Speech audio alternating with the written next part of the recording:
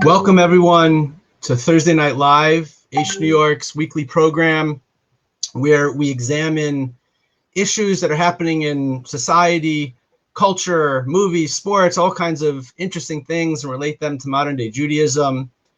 But tonight is different. Tonight is a different program because as we've found ourselves the last couple months isolated in our homes because of the worldwide pandemic, over the last week, we have all, many of us in our homes, many of us out on the streets, have been faced with the reality of a different pandemic, and the pandemic of racism, something that's not new, but that has raised its ugly head again over this last week. I wish I could say what we've been watching on television, on our phones, is something new, but it's not something new. Protests, standing up to the injustice of racism is something that unfortunately our society, our country has dealt with time and time again. Whether it was Ferguson, whether it was Rodney King, whether it was the Watts riots, this is unfortunately a very sad and difficult rerun, something that is not new, but is something that we've had to face over and over again. One of the videos that I saw this week was a video of 3 African-American men. One was in his mid-40s, one was in his early 30s, and one was 16 years old. And the man in his mid-40s was at his wit's end. He was so angry. The pain, the anger was not only all over his face, you could just feel it oozing through his entire body. And his anger was mainly because he had been in this place before. He had protested before. He had stood up before. He had tried to raise his voice before when he saw the injustices that he personally had dealt with, that he saw around the country. And unfortunately, he found himself now in the same position, and he just felt dejected. He felt like no one was listening to his voice. And again, the anger and the pain was just so clear. And he just felt, and he was communicating to others, we have no choice. We've tried everything. No one is listening to us. We have to just literally, he felt, go on the attack. And there was another man there who was in his early 30s, another African-American man, and he was also frustrated. He was also angry, but maybe he had a little bit more hope. Now, his hope was not because he had the answers. He said to this other man, I've also been in these protests. I was at Ferguson, and I'm standing in the same place again today, and I don't see any change. And I'm also frustrated. I'm also angry. But then he looked at the 16-year-old young man who was there in the protest as well. And he looked at him and he said to him, do not give up. It is up to you. We have not been able to figure out the answer. We have screamed. We have had our voice heard, but nothing has changed, or we feel not enough has changed. And he looked at him and said, you have to come up with a new way. You have to come up with a better way in order to fix the situation. You know, if someone is drowning and you don't know how to swim, so you see someone drowning, but you don't know how to swim, so you call out for help, you try to do what you can, but ultimately you can't jump into the water if you don't know how to swim. Unfortunately, you're not going to give up your own life if someone else is drowning. But if you see people day in and day out that are drowning, do we not have a responsibility to learn how to swim? When we see injustice, when we see racism, when we see inequality, don't we have an obligation to do something about it? The Talmud says for sure that we do. The Talmud brings the idea that someone sees an injustice in their own home, in their own household.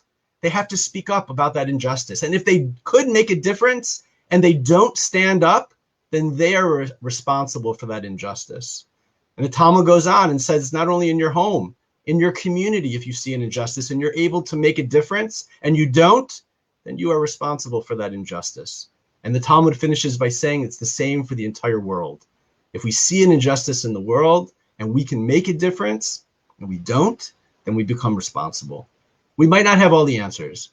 We might not know how to swim. But when we see problems, when we see injustices, we have to learn how to swim. We have to take responsibility to try to figure out how to come up with a solution, to try to figure out some way to move things forward in a more positive way. There's the famous teaching by our sage Hillel. And Hillel says, if I am not for myself, then who will be for me? If I'm only for myself, what am I? And if not now, when? The second part of what Hillel says, if I'm only for myself, what am I, surely calls out to us today. We have to think beyond ourselves personally. We have to think beyond our own communities that we live in to the greater community, the greater society that we find ourselves in. But I think the first part that Hillel says is also something that we have to focus on. If I'm not for myself, then who will be for me? And that's not meant to be just worry about myself, numero uno, who cares about everyone else? I believe what Hillel is saying is if I don't take responsibility for myself, no one else can. And that's why it's the first statement. Because if I don't take responsibility for myself, I can't affect change in the greater society and beyond myself. Right now, I believe our first step is we have to soul search. We have to take responsibility for ourselves, to look deep within our own hearts, within our own souls, and to take responsibility for our own beliefs, our own thoughts, our own character traits, how we treat other people. That's where change has to start, is what Hillel's teaching us. We have to look deep into ourselves. And that's difficult. We have to be open. We have to be vulnerable. We have to realize that no one's perfect, right? People have beliefs, have been taught things that maybe aren't correct, maybe aren't true, and we have to be open to that. We have to listen. We have to be willing to take risks. But most of all, we have to have the fundamental belief that every human being is created in the image of God. That is the most basic belief that the Jewish people has taught the world. And that, again, what Hillel is teaching us, it has to start with ourselves. We have to believe that we are created in the image of God, that we are godly, that we are holy. And if we're able to see ourselves that way, then we can begin to see others that way and see every other human being as created in the image of God. You know, it's interesting, we just finished the holiday of Shavuos, which is the holiday that the Jewish people got the Torah on Mount Sinai. And the most famous part of giving the giving of the Torah on Mount Sinai is the 10 Commandments. And I was thinking about it, you know, in America, this great country, right? We have the Bill of Rights. We talk a lot about rights. What are my rights? In Judaism, we talk about the 10 Commandments. What are we commanded to do? What is our responsibility? Maybe if we think a little bit less about what are my rights, right? What should I be given? But instead, what is my responsibility to make change? First with myself, my household, my community, and go beyond, we can start to make the change that we really, truly want to make. We're really, really excited tonight to have the type of open conversation that we want to have, to listen to each other, to open dialogue, to learn from others that maybe have a different background, a different viewpoint than ourselves. And I'm going to hand it over now to my colleagues, Moshe and Liat Meyerfeld from Aish, New York, who are going to be leading our discussion with our guests tonight.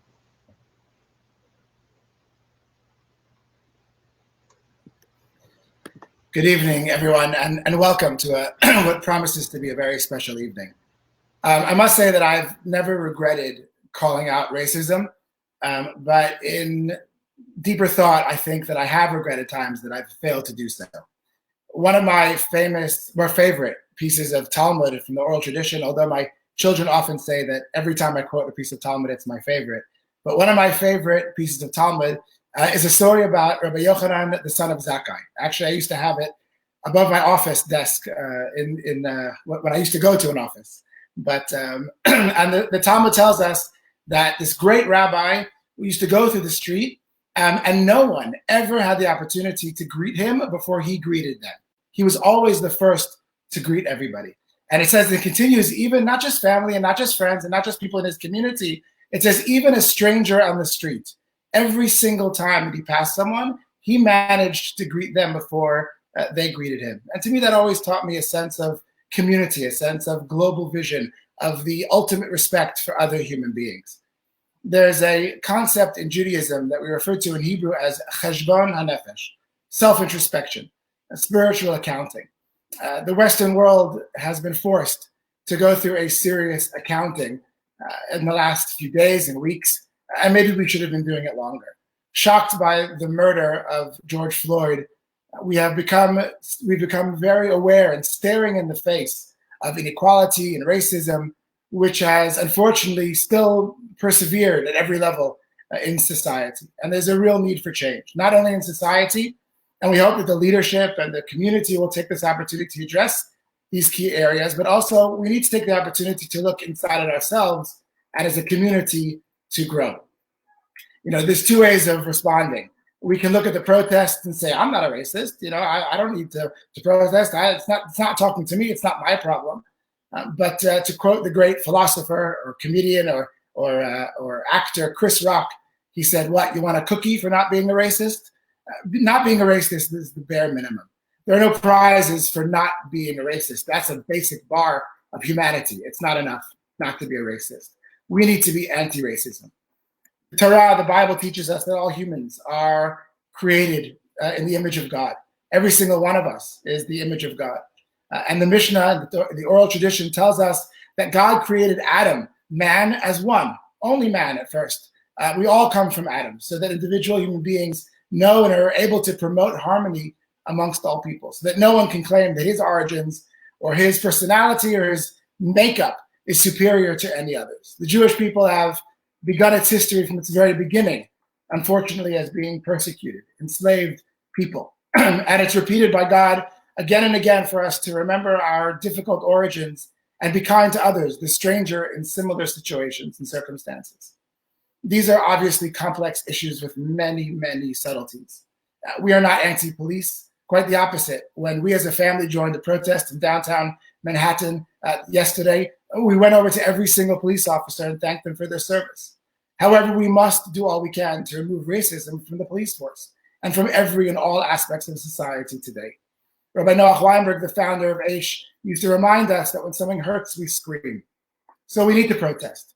In the name of Torah ideals and in Jewish values, we need to scream, to manifest our feelings, and to make sure that it's very clear that we cannot just be passive, and that we need to scream out the racism in all societies in which they are existing. We have to create forums to foster and deepen unity between the Jewish community and the Black community. So tonight, we continue that process, or we really start it publicly in this forum at least. And we invite two very special people to join us in a very open conversation. I would like to ask Bishop Glenn Plummer and his dear wife, Dr. Pauline Plummer, to join us. Thank you for your time. Thank you for being here. The Plummers are leaders of the largest Black church in America. And it is an honor and a privilege to be with them together. And I would really like to ask them to introduce themselves. They are friends of the Jewish people, they are friends of Israel, and they're quickly becoming friends of ours. When this Corona lockdown is over, I look forward to that cup of coffee that we talked about.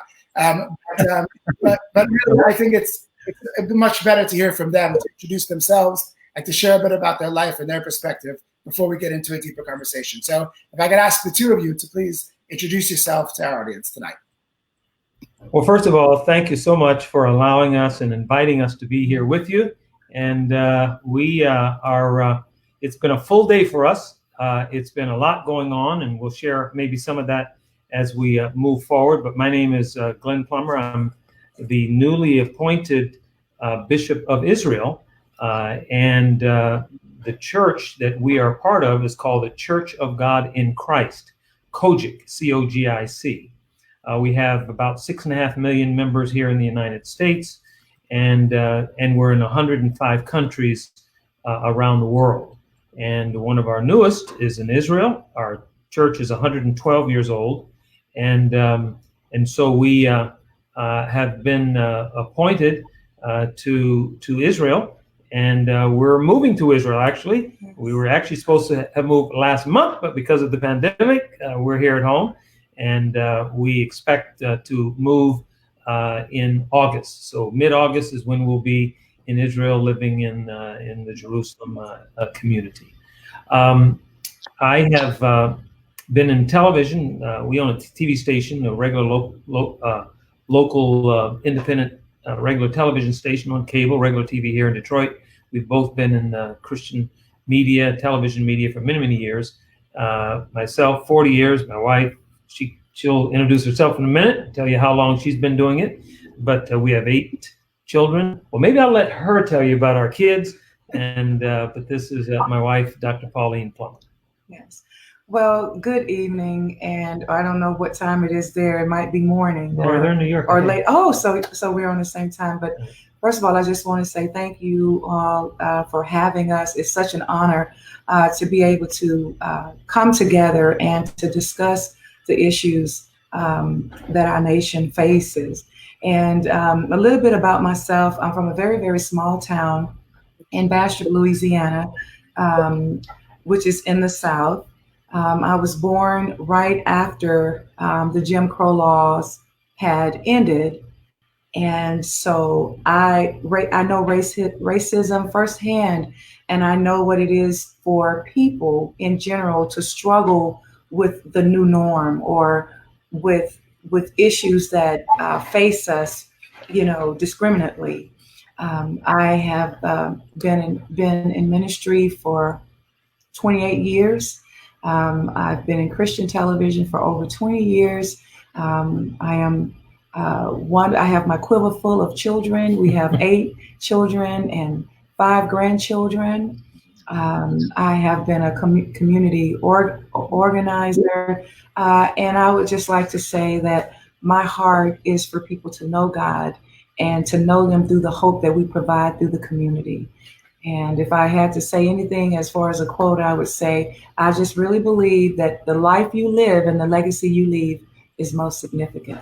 I do want to mention our youngest grandchild. His name is Chase.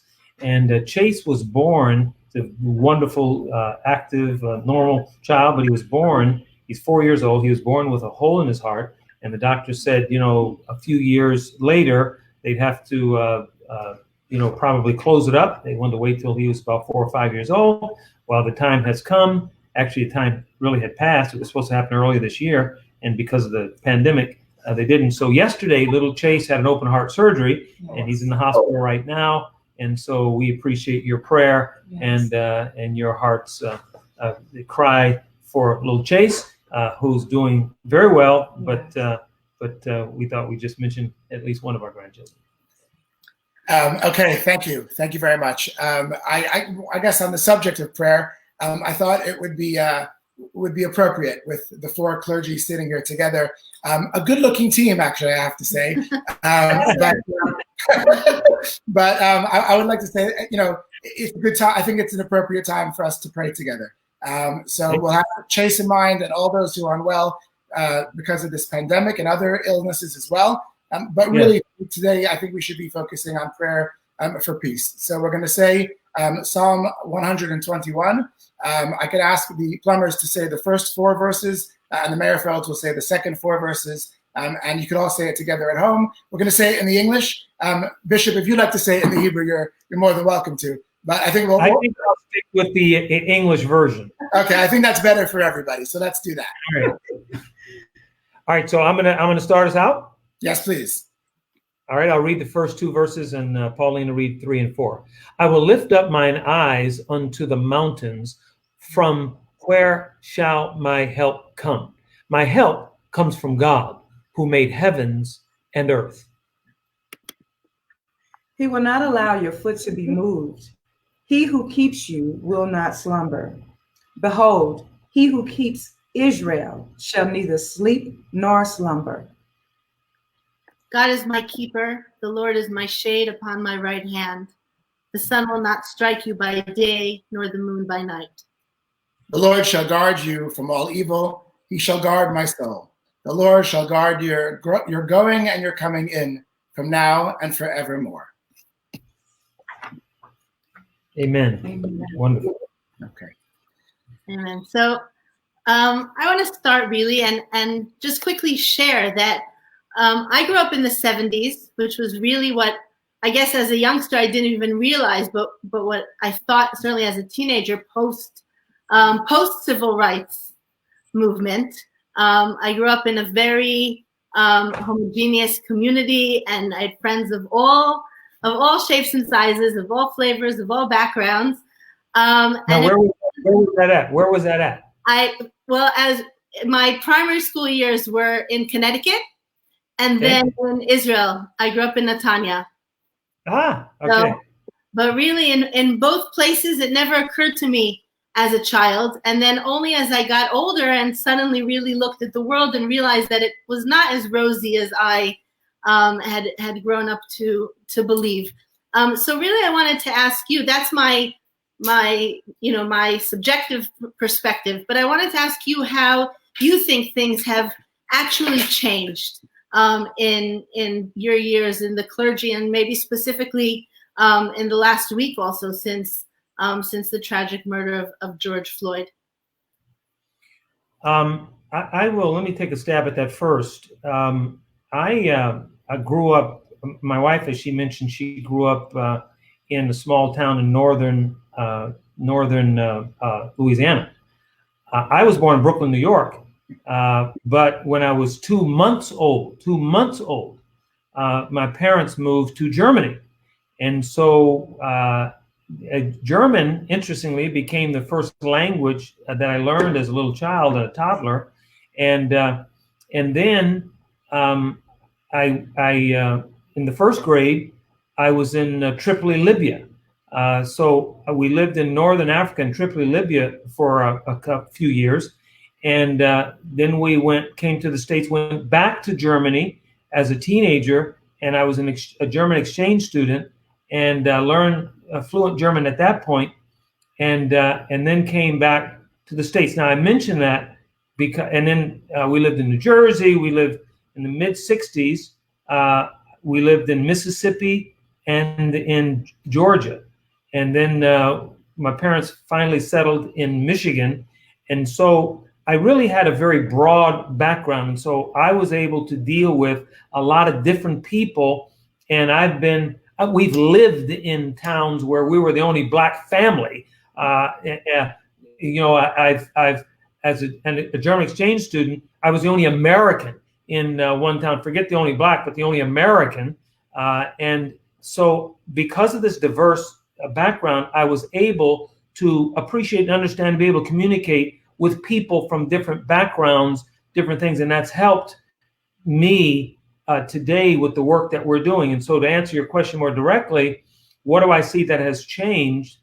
I think that the issue of racism, and for that matter, anti-Semitism, because we kind of see the two twins as terrible twins, as something that seems to be growing. It seems to be expanding. It seems to be becoming, more bold. Not to say that it hasn't always been there under the current, but around the world, there's a movement to delegitimize Israel. I mean, there's a growing sentiment of anti-Semitism that forces not only the Jewish community, but also those of us who are pro-Israel, and those of us who stand with the Jewish people, to also fight against, anti-Semitism and the BDS movement, those kind of things. And that seems to be growing, while also racism in America seems to also be becoming just more raw, and it's growing. And so on the one sense, I see, a kind of negative twist, but honestly, I'm encouraged because I really see from what happened in the last week, there's been a turn, there's been a shift, there's been something that has happened that has caused people from different walks to say, well, no, wait a minute. Okay, yeah, that isn't right. And to see the man be choked to death with a knee on his neck, George Floyd, it just caused everyone to really stop and gasp. And now we're asking some hard questions. And frankly, us being together today is a direct result of what's happening. I think, Rabbi, I think you said you were in a march yesterday in New York, and Pauline and I were in our first march today here in Detroit. And so I see that there is a shift and a change positively that's happening. Yes. And, just to add to that, I would say that there is, the change is, as I see it, is an elevated frustration and intolerance to allow racism to progress in our country. I believe that, you know, like any wound, when it's ready to heal, it began to, you know, take a scab. And I believe that we are taking the scab off and allowing the world to see that our wound is not healed. And what I see change is the voices that's crying out for freedom, for change. And that is our young people, this generation, and not just African American children, but children of, you know, from all ethnicities and culture. And so I see a more unified voice for change and for hope. And seeing that really gives us a great hope, because they are refusing to continue to move forward in the way that we have been going. So they are demanding a change, and it's merely our young people. Yeah. So, you know, a lot of people keep saying, look at that. There you are today at the protest.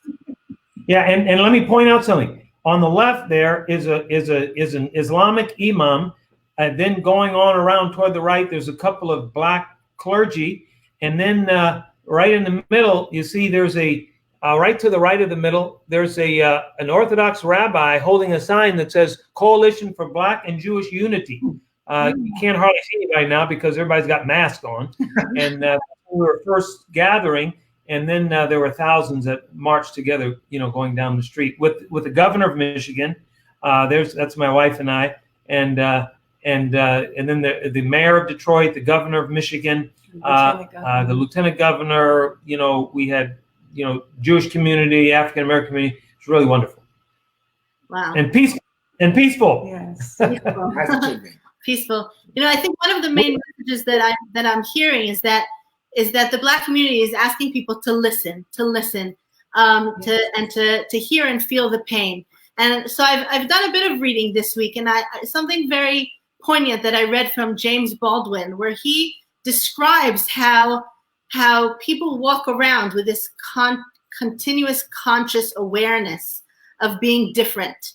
And I can sort of relate to that. I think as a Jew also, you walk into places and there's a part of you that wonders, like, you know, will they accept me? Will there be communication? Will they judge me? And I feel certainly that as a Jew, sometimes we can hide that, whether we want to or not. But obviously that's not something possible with race. So I really wanted to ask you to maybe explain a little bit really what the community is going through in terms of, like, really personal, that those pains and challenges, for us to really try to understand each other. I would like to start that out, but let me start it kind of from a different angle.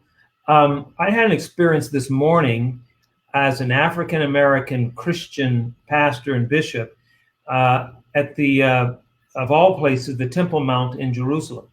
Now, I've been to Israel. We've been to Israel a number of times, and we're moving to Israel in a couple of months.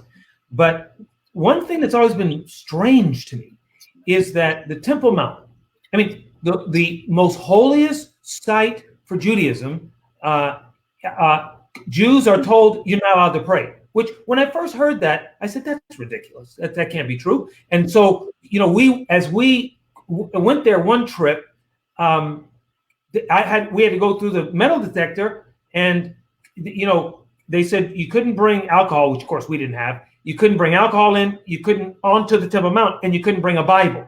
And I stopped there. I said, oh, you got to be kidding me. He said, no, you can't bring a Bible. I said, why couldn't I bring a Bible? Are you kidding? They said, no, you can't bring a Bible, and you can't read from the Bible, and you can't pray, and you just walk around and leave. And so this morning, we prayed via Zoom on the Temple Mount. And listen to this. So an Orthodox rabbi who's been kind of controversial over the years, his name is Rabbi Glick, Yehuda Glick, and you know, his kind of, I think, purpose in life is to pray on the Temple Mount, and you know, he's been shot a few times and attempted assassination, and so he's the one that led it. And I bring this up only to say that Jews over the ages are so used to animosity and so used to anger and so used to hatred and so used to unjust, unfair actions by a state, by a nation, by a people, right? And so, when it comes to African Americans, I say only 157 years ago, slavery officially ended.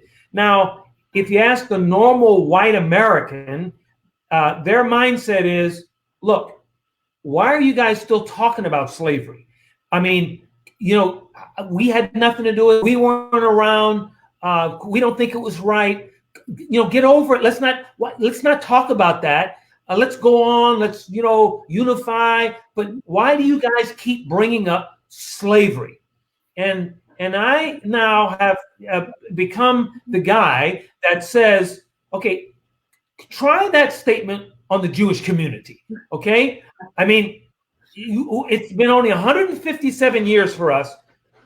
For 3,500 years, the Jews have been saying, some of them every day, multiple times, in remembrance of the Exodus from Egypt, right? And so let me try my Hebrew language. Some may know. Zechar leyetziat Misraim. Okay? That is, as a remembrance of the Exodus of Egypt. And one of the statements that both Pauline and I learned from Jewish people in Israel is Avadim Hayenu, which says we were slaves. And so the Jewish community, to answer one question that we haven't quite asked yet, how can we help? The Jewish community can help white America understand that slavery and the oppression and the pain that has come from slavery really does mean something. And in your case, 3,500 years later, it would be like, even if someone said the Holocaust, look, we had nothing to do with that. That was Hitler and those crazy Nazis. Why are you guys still talking about it? Let's get over it. Let's go past it. People don't understand that even though we may not have experienced it, or you may not have experienced the Holocaust, you still zechor, you still remember. It's still part of your memory. It's still part of who you are. And for African Americans, slavery is part of who we are. And so my mother and father, who both were raised in New York City, live in Hampton, Virginia.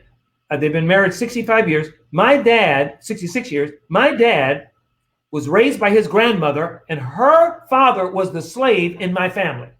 Okay. And so, it's like, even though I didn't know him, it's literally part of who I am, but it's emotionally also part of who I am. So that, when I hear about oppressive, racist attitudes, and then people don't understand where that stems from in terms of our nation as Americans. Let me close these comments by saying this. We were asked, there were 15 of us this morning, each one of us read one of the Ascension Psalms, from Psalm 120 to Psalm 134. And we were just randomly given a psalm. My random psalm that I was given was 123, which interestingly says, I lift my eyes to you, O God, enthroned in heaven. We keep looking to the Lord our God for his mercy, just as slaves keep their eyes on their masters, and as a slave girl watches her mistress for the slightest signal. Have mercy on us, O Lord. And 123, interestingly, is the same number of slaves that the first president of the United States had. George Washington, there were 317 slaves on Mount Vernon, but 123 of them were slaves he personally owned, 123 slaves. And so from the first president, George Washington, that we hail as, he's on our money, for Pete's sake. He's on a dollar bill. And yet, a normal white American would never think about slavery. But when we think of it, we see he was an owner of slaves. And what does that mean to us? It really means something to us, and it touches us. So when we see the pain that's being exhibited by people today, when we hear of the things that we're hearing today, I'm arguing that all of this stems from slavery in America, and the Jewish community can help white America understand what that means. Can I just tell you before, Dr. Bishop, before you answer, in Hebrew, in modern Hebrew, there is actually no, you taught me some Hebrew. I'm going to teach you some Hebrew, right? There's no Hebrew word for history. They've borrowed one. It's actually historia. It's English, because the word we use, zachor, is to enter in our consciousness, right? Yeah. We don't believe in just remembering for the sake of history. Yeah. Don't tell my kids that when they're in their history classes. But but it's zachor. It's bringing it into our consciousness that is so important. As opposed to just having it as a factoid. I actually learned that from some Jewish friends years ago, and I actually teach that to African Americans today for them to understand that it's not just history, and you can't look at, kids today, first of all, teenagers didn't even know what 911 is, okay? And so, but Martin Luther King Jr., for example, that's history to a lot of our kids. We don't want it to be history. We want it to be part of their consciousness. We want you to understand what happened and for you not just to feel it, but it's part of your life. So thank you for sharing that. I appreciate that. Dr. Bishop, anything to add? Yes. Well, something that you said is very powerful, and that is that the word history doesn't exist in Hebrew. Mm-hmm. One of our daughters said something so powerful the other day, and she said, "It's not history if it keeps repeating itself. History isn't history if it keeps repeating itself. That means that it's in the present." And when I think about, as, being accepted or wondering, how people feel, Black, being uncomfortable, or, some sort, when, growing up in Louisiana, it was Black and white. There were no in-betweens. There was the racial divide. The whites lived on one side of the track and the Blacks lived on the other. And so for me, growing up and understanding that slavery is a conditioning of the mind. It's what you are conditioned to believe.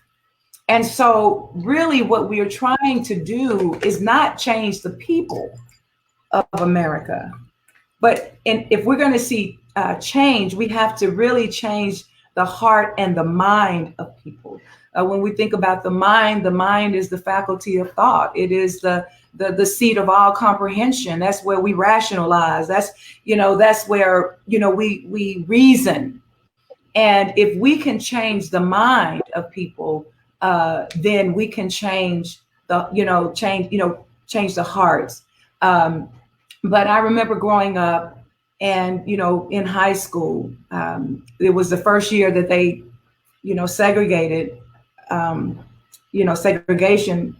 You mean integrated? Yeah, integrated. I'm sorry, integrated. And it was very hard for our community because we didn't really know how to exist with each other. Even within the African-American race, there's discrimination. If you're light-skinned, if you're dark-skinned, there's a different grade. It's all kinds of crazy stuff that we deal with, just within our own race as it relates to discrimination. And so growing up in that, can you imagine going to high school, right? And you're trying to figure out who you are, but you're trying to figure out who you are amongst each other, let alone, white people. Right. So dealing with that was very challenging. And but one of the things that really brought us through it was the faith of our parents and our grandparents, the faith in God that they had to help us to understand who we were, and that it wasn't because of the color of our skin. It is like Martin Luther King said, it's the content of your character. And that's what's most important. And that's what really carried me into when I went to college. It was the first year that we were that the college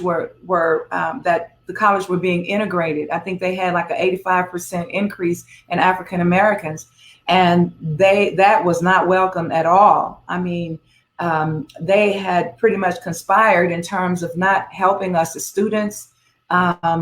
They rioted because they didn't want to eat in the same cafeteria that we were eating in. I mean, we all type of racial slurs on the elevators, and we're talking in the 80s, okay? And so, so being accepted and finding your true identity, you really had to search within, and that's what this nation has to do. We have to search within who we really, really are, and that no one is supreme over no race is supreme over any race. Amen. That God made us all in his image, as you said, and in his likeness, and everything that God made he fearfully and wonderfully made it, right? And so the acceptance issue is we have to recondition the minds, I think, of this nation, of our leaders, of our generation, and even those who are in the middle. We have to recondition our minds, because a slave will always think like a slave, and there's no such thing as a free slave. There's no such thing as a free slave. You're either free or you're a slave. When let me insert this also.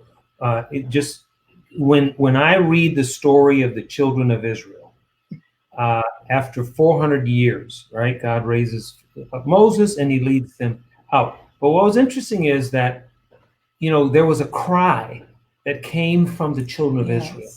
They cried unto the Lord, and they, in other words, the oppression, the unfair treatment, all the stuff that goes with slavery, they were crying before God. And finally, I don't have the exact verbatim words, but it's like the Lord heard their cry, okay, and he delivers them.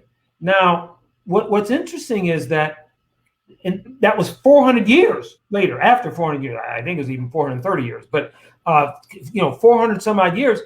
Now here we are. Last year, 2019, was the 400th year since slavery was established in America in 1619. And so, here now is another cry that's going out from the earth that the Lord is hearing from a nation that is, some argue, the greatest nation on the earth, but certainly one of the greatest nations. And there's a cry that's going out now. And the people in the nations of the earth are also hearing the cry.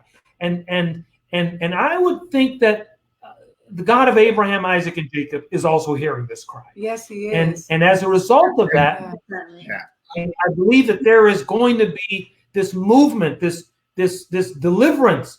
But what you said is that part of the problem with the children of Israel was that after he delivers them, and he had a land for them, and he had a place for them, promised for them, but he needed to get Egypt out of them, because Egypt was still in them. And because they couldn't quite get out of it, they couldn't quite get Egypt out of them, he let them die in the wilderness. And it was a new generation that entered in with Joshua. And this is what one of my concerns is that coming out of oppression, Jim Crow, slavery, segregation, that the anger that we've seen over the last few days with rioting and looting and all this, okay, just raw, unadulterated sin. I mean, it's just illegal. It's just, common. Everyone, a child knows that's not right. The point is that it has to get out of us. Okay, it has to get out of us in order for us to enter into the place that God has, for us. And I think that the Jewish community today, because you've had a few years to work through it, you've had a few years to, and I'm being facetious because you've had thousands of years to work through it, but you've had this period of time, and most recently with the Holocaust, the pain of it all, now you've learned so much that you can teach us. You can teach us some things, right? And you can also learn some things from us. And white America needs to hear the true Jewish story. And you cannot remain, internal. You cannot keep it to yourselves. God gave it to you to share with the world, and you got to share with the world your narrative and your story. I love your positivity in a dark time. And I also love the responsibility that you're putting on the Jewish community, to be honest.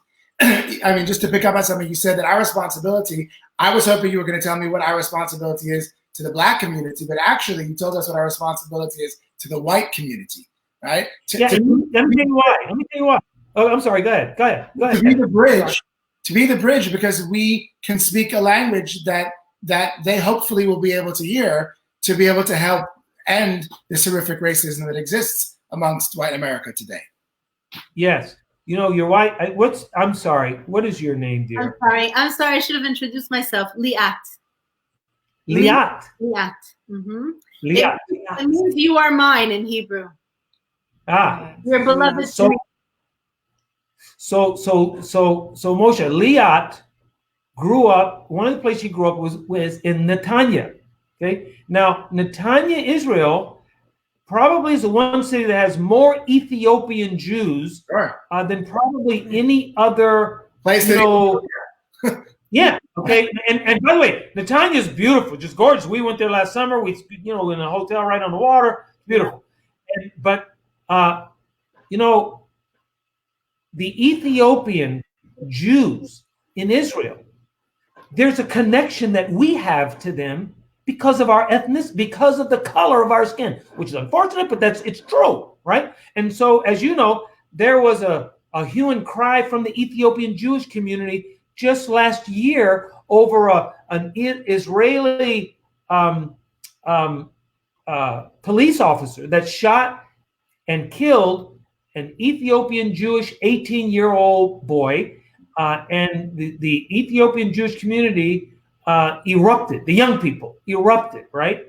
And so we came in, we met with the young man's parents who got killed, and we talked to the Ethiopian community, and they were very open to us. One, we're Americans. Two, we're of African descent.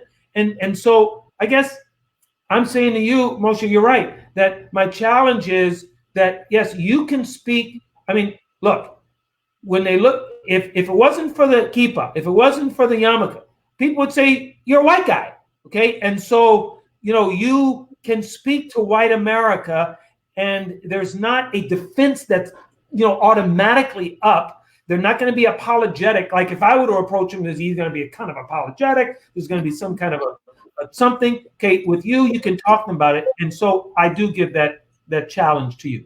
Amazing. Thank you. And we accept it. And we accept it. Challenge accepted. In the short time that we have left, I want to ask two quick questions. One, I want to ask one, and Liat will ask another. But let's try, if we can, to take it. Look, there's this a bad joke about 2 Jews, 3 opinions, and the question really that I have for you is, how homogeneous is your view within the Black community? And how do you, if you do, how do you categorize the different opinions, the different viewpoints that you see within the Black American community, today? I would say it's as homogeneous as the Jewish community. Okay, look, and in the Jewish religious community, and I'm not even talking about the secular community. There's a Reform, there's a Orthodox, and then there's a conservative, and then there's and so in Black America, it's obviously not homogeneous. But I will say this: during the civil rights days, there were kind of 3 big groups. And I find these 3 groups to still be existent today. There was the Black church, represented by Dr. Martin Luther King and those with him. And then there were Black Muslims, Elijah Muhammad and Malcolm X in that day. And Farrakhan is a successor today. That's the second group. Not Christian, not Judaism, not Judeo-Christian, Islamic-based, Quran-based, etc. That's the second group. And then the third group are secular, what I would refer to as intellectuals, okay, who, for the most part, ran for political office, may be in, university instruction and so forth. And so you have the Black religious church community, you have the kind of very small Black Islamic community, and then you have the Black secular community. And I see kind of those three kind of big groups. And of course, there's a lot of subcategories in each one.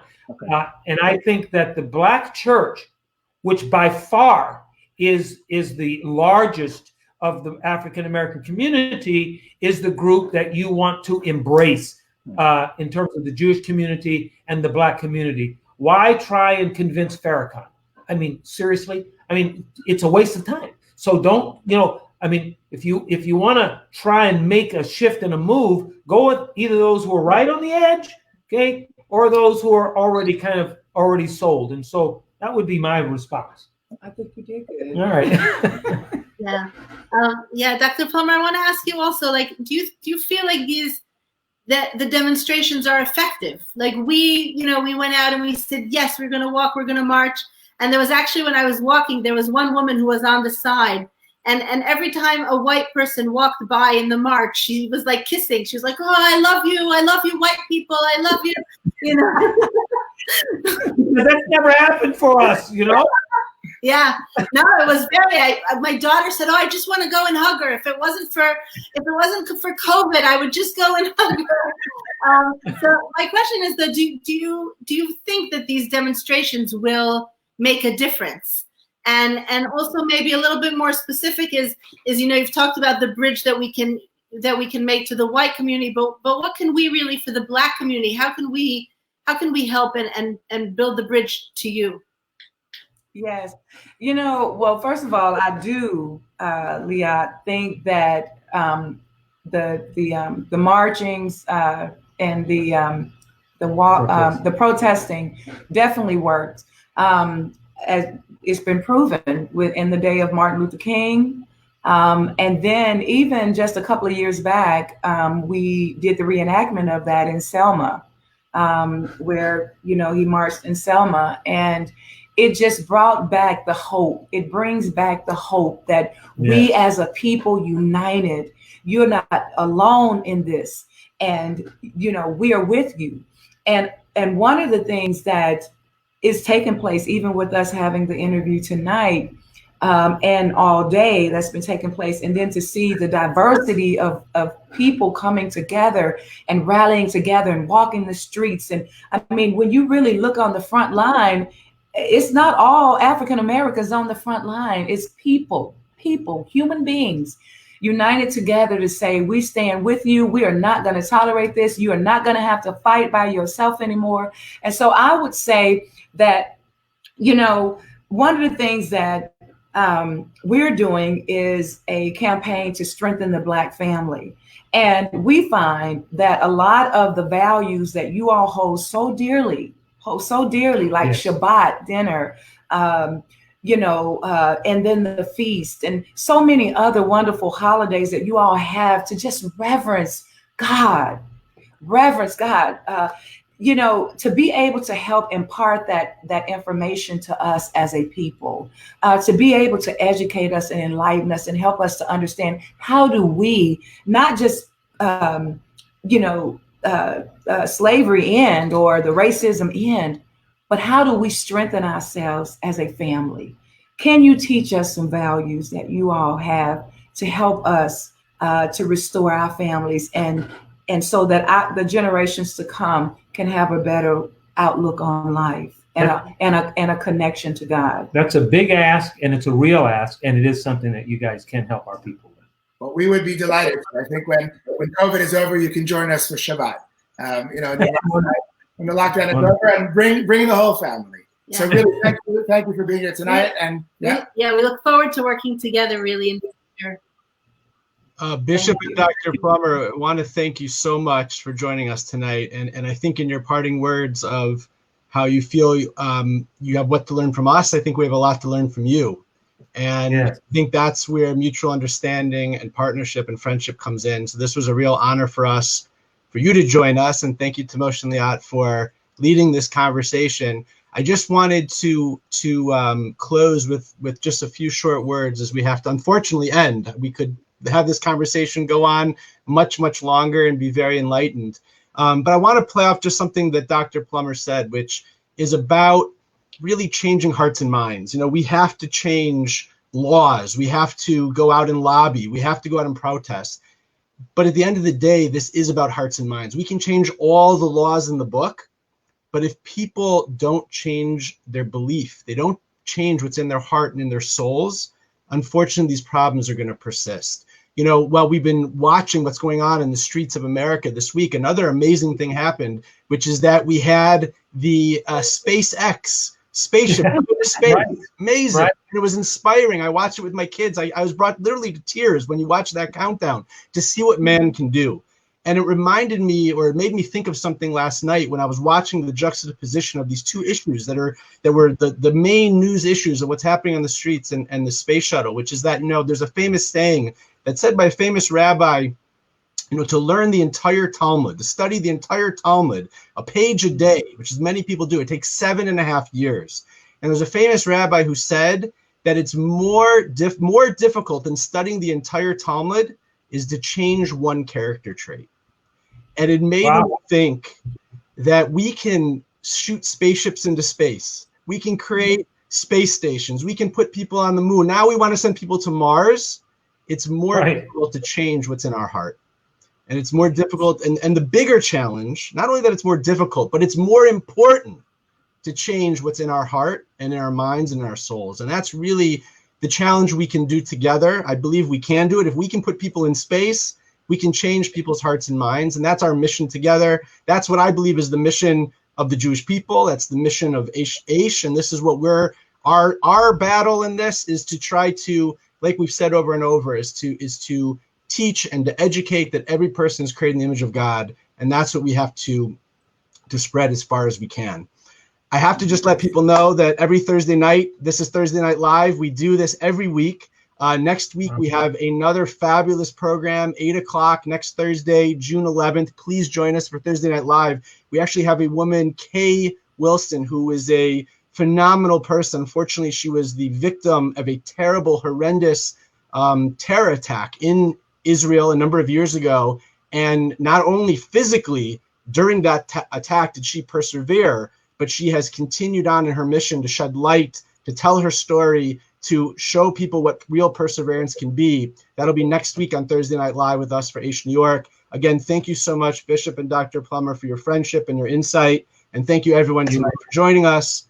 We wish everyone peace. We wish everyone good health. We wish everyone to come together in unity and love. And we should be able to move forward together in unity. And really the vision that we all have is that we should all be able to come together in unity and peace. Good night. Thank you.